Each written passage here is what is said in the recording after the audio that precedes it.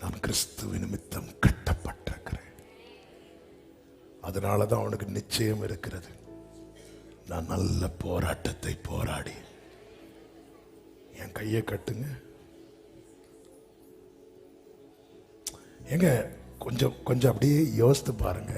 அந்த பலிபீடத்துல தான் இனி பலி செலுத்தப்பட போகிற அந்த ஆட்டுக்கடா கிடத்தப்பட போகிறது. அதுல அது கிடத்தப்படுவதற்கு முன்பதாக ஈசாக்கு கிடத்தப்படுகிறான். நமக்கு நேர மாறி அவர் இருந்த இடத்துல தான் இனி நம்மளை கொண்டு போய் உட்கார வைக்க போகிறார். ஜெயம் கொள்ளுகிறவன் எவனோ அவன் என்னோடு கூட என் சிங்காசனம். அந்த அந்த இடத்தை